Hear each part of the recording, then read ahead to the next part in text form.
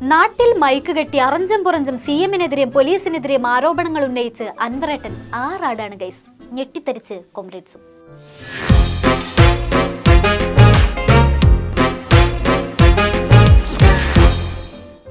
ശ്രദ്ധിക്കുക, പണ്ട് കമ്മ്യൂണിസ്റ്റ് പാർട്ടിയുടെ എല്ലാമായിരുന്ന ഇപ്പോൾ അവരുടെ കണ്ണിലെ കരടായ അമ്പൂക്ക മൈക്കൊക്കെ റെഡിയാക്കി നിലമ്പൂര് നിൽക്കുന്നുണ്ട്. മൂപ്പർക്ക് ഇനിയും കുറെ മനസ്സ് തുറക്കാനുണ്ടെന്നാണ് പറയണത്. അൻവറേട്ട തുടങ്ങിക്കോ. ആ പ്രസംഗം തുടങ്ങുമ്പോൾ ആദ്യമായി എനിക്ക് പറയാനുള്ളത് ഓം ഓം ശാന്തി. ആകാശത്തിരിക്കുന്ന കർത്താവ് ഭൂമിയില്ല മനുഷ്യരെ അനുഗ്രഹിക്കട്ടെ. അസ്സലാമു അലൈക്കും. ലാൽ സലാം സഖാക്കളെ. എല്ലാരും ചാക്കിട്ട് പിടിക്കാനുള്ള ടിപ്സ് ആയിട്ട് ഇറങ്ങിയിരിക്കാണല്ലേ കൊച്ചു കള്ളൻ. അതായത് നിങ്ങൾ എന്നെ കമ്മ്യൂണിസ്റ്റ് ആക്കിയെന്ന് പറഞ്ഞു നടന്ന അൻവറേട്ടൻ ഇപ്പൊ അവതരിപ്പിക്കുന്നു നിങ്ങൾ എന്നെ കള്ളനാക്കി. അവസാനം മുഖ്യമന്ത്രി എന്നെ കള്ളനാക്കിയപ്പോ രണ്ടും കൽപ്പിച്ച് ഞാൻ ഇറങ്ങി. അൻവറേട്ടാ ആരംഭിക്കട്ടെ. ബഹുമാനപ്പെട്ട മുഖ്യമന്ത്രിക്ക് ഒരു നിമിഷം ആഭ്യന്തര വകുപ്പ് വഹിക്കാനുള്ള യാതൊരു അർഹതയില്ല. എങ്ങനെയൊക്കെ ആ മനുഷ്യൻ എന്നെ ചതിച്ചിട്ടുണ്ട് എന്ന് നിങ്ങൾ വ്യക്തമായി മനസ്സിലാക്കാൻ വേണ്ടിയിട്ടാണ് ഞാൻ പറയുന്നത്. അജിത് കുമാർ എന്ന് പറയുന്ന ഈ നൊട്ടോറിയസ് ക്രിമിനൽ ഇതിനപ്പുറം ചെയ്യും. അപ്പം അദ്ദേഹമാണ് ഈ CM-ന് ഈ കഥാം സ്റ്റോറി എഴുതി കൊടുത്തത്. എതിർ ശബ്ദമുയർന്നാലും പാർട്ടിക്ക് അത് ഒരു കാലത്തും അംഗീകരിക്കാൻ പറ്റാത്ത കാര്യമാണല്ലോ. അതുകൊണ്ട് അൻവറേട്ടന്റെ ഡയലോഗ് അടിയൊന്നും ഇനി പാർട്ടിക്കകത്ത് വേണ്ടെന്ന് അവരങ്ങോട്ട് തീരുമാനിച്ചു. അദ്ദേഹം എടുത്തുകൊണ്ടിരിക്കുന്ന നിലപാടിനെ തുടർന്ന് അദ്ദേഹവുമായിട്ടുള്ള എല്ലാ ബന്ധവും CPM-ന് ഇടതുപക്ഷ ജനാധിപത്യ മുന്നണിക്ക് ഉപേക്ഷിക്കേണ്ടി വരും. പാർട്ടിന്ന് പടിയടച്ച് പിണ്ടം വെച്ചതോടെ അൻവറേട്ടന്റെ ശല്യം തീർന്നു എന്ന് നമ്മുടെ മൊയിലാളിമാരൊക്കെ കണക്ക് കൂട്ടി. പക്ഷെ പണി പാളിയെന്ന് പിന്നീടാണ് അവർക്ക് മനസ്സിലായത്. പക്ഷേ അതങ്ങോട്ട് വിട്ടപ്പോണ്ടല്ലോ അങ്ങനെ പറക്കണ ഞാൻ. പാർട്ടിന്ന് പുറത്തായ സ്ഥിതിക്ക് എന്തോ അൻവറേട്ടൻ പ്ലാൻ ചെയ്യുന്നുണ്ടെന്ന് എല്ലാവർക്കും മനസ്സിലായി. എന്തായിരുന്നു പ്ലാൻ? നിലമ്പൂരിൽ ഞാനൊരു ജീപ്പ് കെട്ടിയതിന്റെ മുകളിൽ കയറി എന്ന് ഞാൻ പറയും. അത്രേ പറയുന്നുള്ളൂ. 16 മണ്ഡലങ്ങളിൽ ഞാൻ പ്രസംഗിക്കാൻ പോവാ. 16 മണ്ഡലങ്ങളിലും ഒരു മഹീന്ദ്ര ജീപ്പിൽ 2 മൈക്കും കെട്ടിയിട്ട് പണ്ട് ഈ ലോട്ടറി വിൽക്കുന്നവനെ വിളിച്ചു പറഞ്ഞു നടക്കൂലേ, അതേപോലെ ഞാൻ നടക്കാൻ പോവാ. പിന്നെ PV അൻവർ മൈക്ക് കെട്ടി അങ്ങാടിയിൽ നിന്ന് പ്രസംഗിച്ചിട്ടുണ്ടെങ്കിൽ ആര് വന്ന് കാണാനാന്ന് എല്ലാരും പുച്ഛിച്ചു. ബട്ട് ഡോണ്ട് അണ്ടർ എസ്റ്റിമേറ്റ് അമ്പൂക്കാട്ടാ. എന്തായിരുന്നു നിലമ്പൂരിലെ കാഴ്ച? ജനസാഗരല്ലായിരുന്നോ ജനസാഗരം. PV അൻവറിനുള്ള നാട്ടുകാരുടെ സപ്പോർട്ട് കണ്ട് കോമ്രേഡ്സിന്റെ ഒക്കെ കണ്ണുകളി. എന്ന് പറഞ്ഞ സമയത്ത് പലരും വന്നു കൂടും. എന്താണ് പറയുന്നത് കേൾക്കും. പ്രത്യേകിച്ച് CPM-നെതിരായിട്ട് സംസാരിക്കുമ്പോൾ പറയുന്നത് കേൾക്കാൻ ആളുകൾക്ക് താല്പര്യമുണ്ടാവും. അങ്ങനെ വന്ന് കൂടുന്നതായിട്ട് കണക്കാക്കിയാൽ മതി. അതിലൊരു പ്രത്യേകതയൊന്നും ഞങ്ങൾ കാണുന്നില്ല. അതന്നെ, ഇതൊക്കെ ഒരാൾക്കൂട്ടാണോ? ഇതൊന്നും കണ്ടിട്ട് നമ്മുടെ കോമ്രേഡ്സിന് ഒരു പേടി പോലും തോന്നുന്നില്ല. ഒട്ടും പേടിയില്ലാന്ന് രാമകൃഷ്ണൻ സഖാവിന്റെ മുഖം കണ്ടാൽ മനസ്സിലാവില്ലേ? അൻവറേട്ടന്റെ കാര്യത്തില് ഒരു ലോഡ് പുച്ഛം വാരി വിതറിയിരുന്നവർക്ക് ജനക്കൂട്ടം കണ്ടപ്പോ ഉള്ളിലുണ്ടായിരുന്ന പേടി കൂടിയെന്നുള്ളതാണ് സത്യം. എനിക്കറിയില്ലോ, നമ്മളീ നാട്ടുകാരനെ അല്ലോ.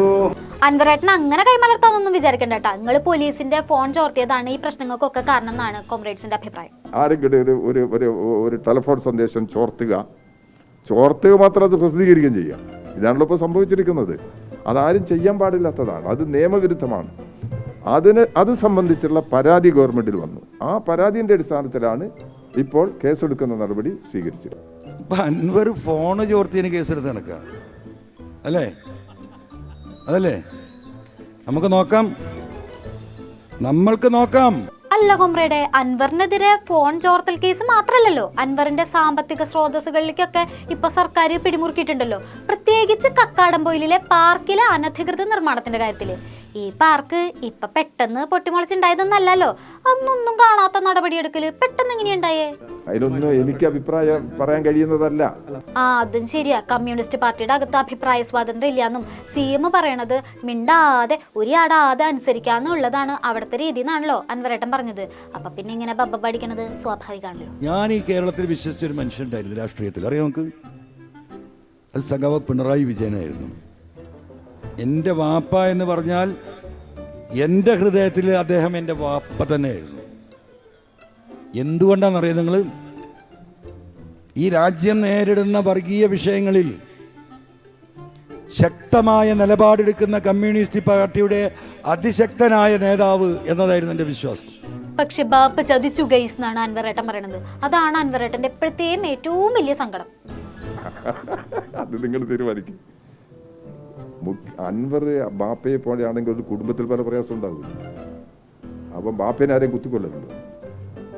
അച്ഛനെ കുത്തിക്കൊല്ലു ആരെങ്കിലും ഒരു കുടുംബ വഴക്കുണ്ടായ. അതാണ് ഇതിന്റെ പ്രശ്നം. അത് നിങ്ങൾ അൻവറോട് ചോദിച്ചാൽ മതി. അപ്പൊ അങ്ങനെയാണ് കാര്യങ്ങളുടെ കിടപ്പ്. അപ്പൊ ബാപ്പ വരട്ടെ, കാര്യങ്ങൾ വരട്ടെ, CM വരട്ടെ എന്ന്. അപ്പോൾ എൻ്റെ അടുത്ത് അദ്ദേഹം വന്നു, നിവേദനം തന്നു.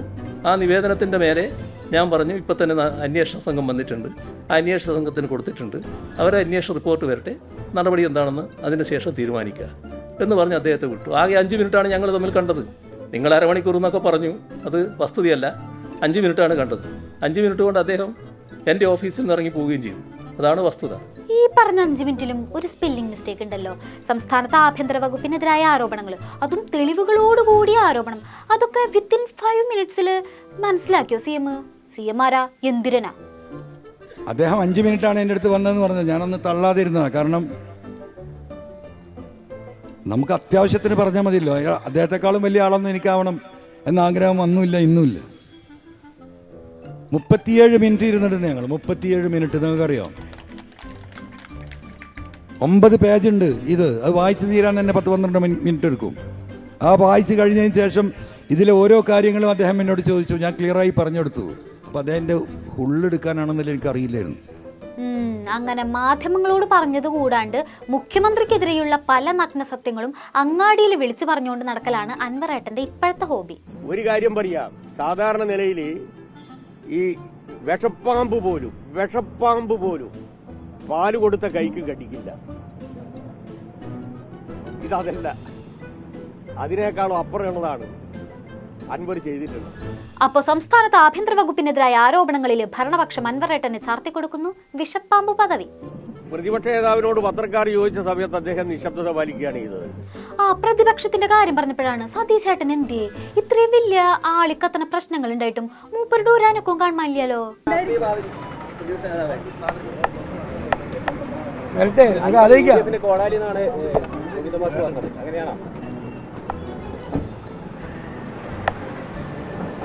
ഇതെന്താണ് മൂപ്പര് അവിടെ ഇവിടെ തൊടാണ്ട് ഒഴിഞ്ഞു മാറുന്നത്? നമ്മുടെ KPCC പ്രസിഡന്റ് ഒന്നും ഇങ്ങനെയായിരുന്നില്ലല്ലോ. പ്രതിപക്ഷ നേതാവിനെതിരായ അദ്ദേഹത്തിന് കിട്ടിയിട്ടുള്ള KPCC പ്രസിഡന്റിന് കിട്ടിയിട്ടുള്ള ഒരു ആയുധം എന്നുള്ള നിലയിൽ ഇപ്പൊ ഇത് KPCC പ്രസിഡന്റ് ഉപയോഗിക്കുന്നു എന്നുള്ളത് വളരെ വ്യക്തമാണ്. പോലീസിനെതിരായ ആരോപണങ്ങളാണല്ലോ കാര്യങ്ങളൊക്കെ ഈ നിലയിൽ എത്തിച്ചത്. പോലീസിനെതിരെ ആരോപണങ്ങൾ ഉന്നയിക്കുമ്പോഴും പോലീസ് നമ്മുടെ അൻവറേട്ടന് വില കൊടുക്കാതെ അപമാനിച്ചപ്പോഴും പാർട്ടിയുടെ ജില്ലാ സെക്രട്ടറി അവിടെ എന്തെടുത്തോണ്ടിരിക്കുന്നു. ഇവനെന്തായിരുന്നു പണി ഈ മോഹൻദാസിന്? തൊട്ടിലി ടാറ്റ വാവാവോ മോനെ വാവാവോ, സുജിത്താസ് മോനെ വാവാവോ. 3 കൊല്ലാട്ടി, 3 കൊല്ലം. എന്നിട്ട് എൻ്റെ നെഞ്ഞത്ത് കയറാൻ വരിക. മര്യാദയ്ക്ക് മിണ്ടാതോടെ ഇരുന്നോളണം. കാര്യങ്ങളൊക്കെ ഈ വിധാണ് പോണതെന്നുണ്ടെങ്കിൽ ഇതുപോലെ അൻവറേട്ടനെ താരാട്ട് പാടാനും ആരെങ്കിലൊക്കെ വരുന്ന ഉറപ്പാണ്. അങ്ങനെ ആരൊക്കെ വരുന്ന് നമുക്ക് കാത്തിരുന്ന് കാണാം. ഇതിനൊക്കെ കാരണക്കാരനായ ADGP എന്തേ?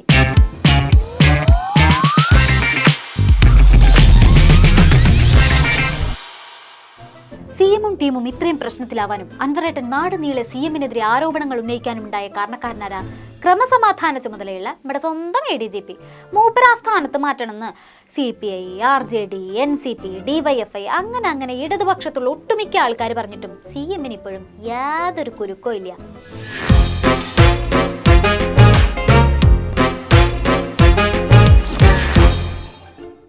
റോമാ സാമ്രാജ്യം കത്തിയെരിയുമ്പോൾ നീറോ ചക്രവർത്തി വീണ വായിച്ചിരുന്നു എന്ന് പറയണ പോലെ ADGP-ക്കെതിരായ ആരോപണങ്ങളും ADGP-യെ ക്രമസമാധാന ചുമതലയിൽ നിന്ന് മാറ്റണമെന്ന വിവിധ പാർട്ടികളുടെ ആവശ്യങ്ങൾക്കുമെല്ലാം ചെവി കൊടുക്കാതെ നമ്മുടെ CM വീണ വായിച്ചുകൊണ്ടിരിക്കുകയാണ് ഗൈസ്.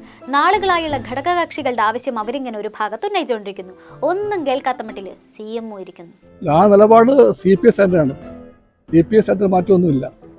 വളരെ വ്യക്തമാണ്. കേരളത്തിൻ്റെ ക്രമസമാധാന ചുമതലയുള്ള ADGP-ക്ക് ഒരു കാരണവശാലും ഒരു RSS ബന്ധം പാടില്ല. അതായത് കോമ്രേഡേ, നമ്മൾ ADGP-യുടെ വിഷയമൊന്നും ഇത്ര സീരിയസ് ആയിട്ട് എടുക്കണ്ട. അതൊക്കെ PV അൻവറിന്റെ ഒരു കളികളല്ലേ. അതൊക്കെ മനസ്സിലാക്കി ADGP-ക്ക് സംരക്ഷണം കൊടുത്ത് വേണം നമ്മളൊക്കെ നിൽക്കാൻ. CM ചെയ്യണത് കണ്ടില്ലേ? അതുപോലെ കേരളത്തിലെ ക്രമസമാധാന ചുമതലയുള്ള ADGP ആയിരിക്കാൻ അർഹനല്ല, യോഗ്യനല്ല. CPS സ്റ്റാൻഡാണ്. ആ സ്റ്റാൻഡ് ഉറച്ച സ്റ്റാൻഡാണ്. ഞാൻ CPS സെക്രട്ടറി പറയുന്നു, CPS ആയിട്ടതാണ്. അതിലും ഒരു മാറ്റമില്ല. ആ ചുമതല വഹിക്കാൻ RSS ബന്ധമുള്ള ഒരു ഉദ്യോഗസ്ഥന് അർഹതയില്ല, അവകാശമില്ല.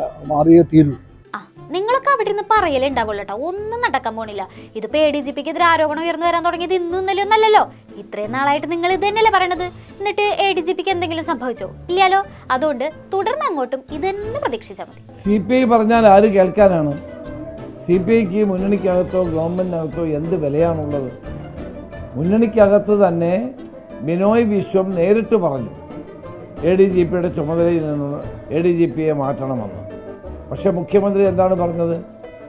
മുഖ്യമന്ത്രി പറഞ്ഞു ഇപ്പോൾ മാറ്റാൻ കഴിയില്ല, അന്വേഷണം നടക്കുകയാണ്. അപ്പോൾ ബിനോയ് വിശ്വത്തിൻ്റെ ശബ്ദം അവിടെ അവസാനിച്ചല്ലോ. മുഖ്യമന്ത്രി കാരണം പ്രതിപക്ഷത്തിരിക്കുന്നവരുടെ വരെ പരിഹാസം കേൾക്കേണ്ട അവസ്ഥയാണല്ലോ പാവം CPIക്ക്. എന്ത് ചെയ്യാനോ കോമ്രേഡെ, നിങ്ങളെക്കാളും മുഖ്യമന്ത്രിക്ക് കാര്യം ADGP-നെയാണ്. ഇത്രയും അവഗണന നേരിടാൻ മാത്രം ആ പാവത്തുങ്ങൾ എന്തിട്ടാണോ അവ ചെയ്ത്? ആരുടെ കുറ്റമല്ല, എല്ലാം എന്റെ വിധിയ. പക്ഷെ ഇലയ്ക്കും മുള്ളിനും കേടില്ലാതെ എങ്ങനെ ക്യാപ്സ്യൂൾ ഇറക്കാമെന്നതിനെ പറ്റി നന്നായി അറിയാവുന്ന ഒരു പുതിയ LDF കൺവീനറെ കിട്ടിയ സ്ഥിതിക്ക് നമ്മളെന്തിനു പേടിക്കണം? ADGP-യെ മാറ്റി നിർത്തി അന്വേഷിക്കണം എന്നുള്ളതാണല്ലോ CPI പറയുന്നത്. അത് സംബന്ധിച്ചുള്ള പ്രശ്നങ്ങളിൽ അവരുടെ നിലപാട് നേരത്തെ തന്നെ വ്യക്തമാക്കിയിട്ടുണ്ട്. ഇടതുപക്ഷ ജനാധിപത്യങ്ങളുടെ യോഗത്തിലും വ്യക്തമാക്കിയിട്ടുണ്ട്. അവരുടെ സ്വതന്ത്രമായ അഭിപ്രായം എന്നുള്ള നിലയ്ക്കും പ്രകടിപ്പിച്ചിട്ടുണ്ട്. അത് അഭിപ്രായ വ്യത്യാസമായിട്ട് കാണേണ്ടതില്ല. CPI പറയണത് അവരുടെ നിലപാടല്ലേ, അവരോട് നിലപാട് പറയണ്ടെന്ന് നമുക്ക് പറയാൻ പറ്റുമോ? അതുകൊണ്ട് പറഞ്ഞോ, എത്ര വേണമെങ്കിലും പറഞ്ഞോ, പക്ഷെ ഒന്നും നടക്കില്ല എന്ന് മാത്രം, അത്രയുള്ളൂ. അത്തരം പ്രശ്നങ്ങളെല്ലാം ചർച്ചയ്ക്ക് വിധേയമാക്കി നിലപാടുകൾ സ്വീകരിച്ചു പോവുക എന്നുള്ളത് തന്നെയാണുള്ളത്. ഗവൺമെൻറ് ഇക്കാര്യത്തിൽ ചെയ്തിട്ടുള്ള കാര്യം, ഉന്നയിക്കപ്പെട്ട ആരോപണങ്ങൾ ശരിയാണോ തെറ്റാണോ എന്ന് പരിശോധിക്കണമല്ലോ. ആരോപണം ശരിയാണെങ്കിൽ കടുത്ത നടപടി സ്വീകരിച്ച് മുമ്പോട്ട് പോവുക എന്ന നിലപാട് തന്നെയാണ് ഗവൺമെൻറ്റിനുള്ളത്. അത് പരിശോധനയിൽ നിൽക്കുകയാണ്. ആ പരിശോധന പൂർത്തിയാകുമ്പോൾ ഈ കാര്യത്തിൽ ആവശ്യമായ നിലപാട് എടുത്ത് മുമ്പോട്ട് പോകാൻ കഴിയും. ഒരാളുടെ പേരിൽ ആരോപണം ഉന്നയിച്ചു എന്നുള്ളത് കൊണ്ട് മാത്രം അവസാന തീരുമാനമെടുക്കാൻ കഴിയില്ല. ഓ ഐ സി, നിങ്ങൾക്ക് കാര്യങ്ങളൊന്നും മനസ്സിലായില്ലേ? ADGP-ക്കെതിരായ എല്ലാ ആരോപണങ്ങളെക്കുറിച്ചും വിശദമായിട്ട് പഠിച്ചുകൊണ്ടിരിക്കുകയാണ്. ക്ഷമ വേണം, സമയമെടുക്കും. തൃശ്ശൂർ പൂരം കലക്കലിൽ പഠിച്ചന്വേഷിച്ച് ദീപ റിപ്പോർട്ട് തരാമെന്ന് പറഞ്ഞ് മുങ്ങിയിട്ട് പിന്നെ പൊങ്ങിയത് 5 മാസം കഴിഞ്ഞിട്ടല്ലേ? അതുപോലെ 5-10 മാസം കഴിയട്ടെ എന്നിട്ട് നമുക്ക് റിപ്പോർട്ടൊക്കെ റെഡിയാക്കാം. കൂടുതൽ ആഴത്തിൽ പഠിച്ചാൽ കൂടുതൽ നന്നാവുന്നല്ലേ ശാസ്ത്രം. അതുകൊണ്ട് മാത്രമല്ല, ADGP-ക്കെതിരായ തെളിവുകളും ആരോപണങ്ങളും പുറത്തുവിട്ട് തരാം PV അൻവർ MLA അല്ലേ. നമ്മുടെ കോമ്രേഡ്സിന് മൂപ്പര് പറയണ ഒരു കാര്യത്തിലും വിശ്വാസമില്ലെന്ന് അറിഞ്ഞൂടെ? അതുകൊണ്ട് പഠിക്കാൻ സമയം വേണം, അത്ര തന്നെ. ഒരു പണിയില്ലാത്ത മണിക്കൂർ കൊണ്ട് DGP-ക്ക് സസ്പെൻഡ് ചെയ്തിട്ട് ഇറങ്ങിപ്പോടാ അവിടുന്ന് പറയാൻ ഉള്ള തെളിവാണ്, ഡോക്യുമെന്റഡ് തെളിവാണ്. ഈ അജിത് കുമാർ വാങ്ങിക്കൂട്ടിയ സ്വത്തിന്റെ എല്ലാ രേഖകളും ഞാൻ കൊടുത്തിട്ടുണ്ട്. ചിലതൊക്കെ പത്രക്കാർക്ക് കൊടുത്തിട്ടുണ്ട്. ഒരു നടപടി ഉണ്ടാവണില്ല. വിജിലൻസ് ഇങ്ങനെ അന്വേഷിക്കുന്നു. ഇത് വലിയ കഷ്ടായല്ലോ.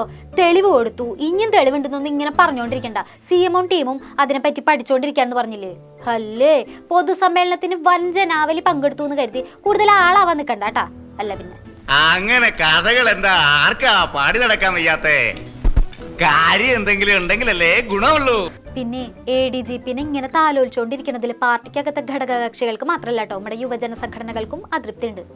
ഇടതുപക്ഷ ഗവൺമെന്റിന്റെ ഭാഗമായി നിൽക്കുന്ന ഒരാളെന്ന് മാത്രമല്ല ആരും തന്നെ RSS അങ്ങേറ്റം വെറുക്കപ്പെട്ട സംഘടനയാണ്. RSS രാജ്യവിരുദ്ധമായ പ്രവർത്തനങ്ങൾ ഒരുപാട് നടത്തിയ സംഘടനയാണ്. RSS രാജ്യത്ത് മതവിദ്വേഷം ഉണ്ടാക്കുന്ന സംഘടനയാണ്. അപ്പോൾ RSS-മായി ആര് കൂട്ടിയിരുന്നതിനോടും ഞങ്ങൾക്ക് യോജിപ്പില്ല, ഞങ്ങൾക്ക് അതൃപ്തിയുണ്ട്. ഞങ്ങളെ സംബന്ധിച്ചിടത്തോളം അതാണ് നിലപാട്. ഇപ്പോൾ RSS-മായി ഒരു കൂടിക്കാഴ്ച നടന്നു. സ്വാഭാവികമായിട്ടും അതിന്മേൽ അന്വേഷണം നടക്കുന്നുണ്ട്. അന്വേഷണ റിപ്പോർട്ട് പുറത്തു വന്നാൽ അതുമായി ബന്ധപ്പെട്ട നടപടികൾ എടുക്കുമെന്ന് ഗവൺമെൻറ് പറഞ്ഞിട്ടുണ്ട്. RSS-മായി ചർച്ച നടത്തുന്നതിനോടോ RSS-മായി കൂട്ടിയിരുന്നതിനോടോ ഞങ്ങൾക്ക് യാതൊരു യോജിപ്പുമില്ല. CPI-യുടെ തലമുതിർന്ന നേതാക്കൾ വരെ പറഞ്ഞു ADGP-നെ സ്ഥാനത്തുനിന്ന് മാറ്റി നിർത്താൻ, എന്നിട്ട് കേട്ടില്ല. പിന്നല്ലേ DYFI പറഞ്ഞാ കേൾക്കണത്. ഒഞ്ഞു പോയേ എല്ലാത്തിനും ഒരു അതിരുണ്ടാ ഗതി കേട്ടാ നിന്നെയും കൊല്ലും ഞാനും ചാവും. ബൈ നിങ്ങളുടെ ഹീറോ ഇപ്പൊ എന്ത് ചെയ്യുന്നു? നമ്മുടെ ADGP ഇപ്പൊ എവിടെയാന്ന്? പുള്ളി ഇപ്പോ ആത്മീയതയുടെ പാതയിലാണ്. ക്ഷേത്ര ദർശനവും ശത്രുസംഹാര പൂജയൊക്കെ ആയിട്ട് നടക്കാണ് ആ പാവം. ക്ഷേത്ര ദർശനവും പ്രാർത്ഥനയൊക്കെ ഓരോരുത്തരുടെ വ്യക്തിപരമായിട്ടുള്ള കാര്യമാണ്. എന്നാലും ഈ സമയത്ത് തന്നെ ശത്രുസംഹാര പൂജ നടത്താൻ ഓടി നടക്കണ ADGP-യുടെ ആ ഒരു ഇത് അത് നമ്മളാരും കാണാണ്ട് പോയത് കേട്ടോ. ADGP RSS കൂടിക്കാഴ്ച വിവാദത്തിൽ CM വിഷമിക്കണ്ട. ADGP-നെ സപ്പോർട്ട് ചെയ്യാൻ എന്തായാലും RSS രംഗത്ത് വന്നിട്ടുണ്ട്. ഒരേ വേവ് ലെങ്ത്തുള്ള ആളുകൾ എപ്പോഴും പിന്നെ ഒന്നിച്ചായിരിക്കുമല്ലോ. ഉന്നത ഉദ്യോഗസ്ഥർ ആദ്യമായിട്ടൊന്നല്ല RSS നേതാക്കളെ കാണുന്നതെന്നാണ് കൂടിക്കാഴ്ച സെറ്റാക്കി കൊടുത്ത A. ജയകുമാർ പറയുന്നത്. അതായത് അന്വേഷിക്കാൻ തുടങ്ങിയിട്ടുണ്ടെങ്കിൽ അതിനായിട്ട് ഒരു ഡിപ്പാർട്ട്മെന്റ് തന്നെ വേണ്ടി വരുന്നതാണ് ഒരു ലോഡ് പുച്ഛം വാരി വിതറി ഫേസ്ബുക്കിൽ മൂപ്പര് പോസ്റ്റ് ഇട്ടിരിക്കുന്നത്.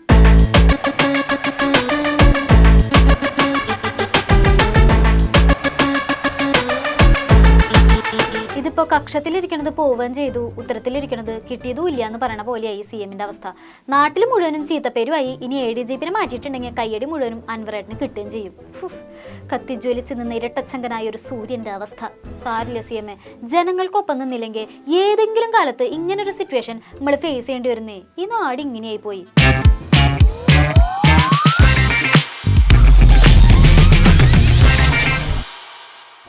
മുഖ്യമന്ത്രി നൽകിയ ഒരു അഭിമുഖത്തിന് ഓടി നടന്ന് മറുപടി പറയേണ്ട അവസ്ഥയായിരുന്നു സഖാക്കൾക്ക്. പക്ഷെ 2 ദിവസം കഴിഞ്ഞപ്പോൾ സംഗതി കീഴ്മേൽ മറിയുകയും ചെയ്തു.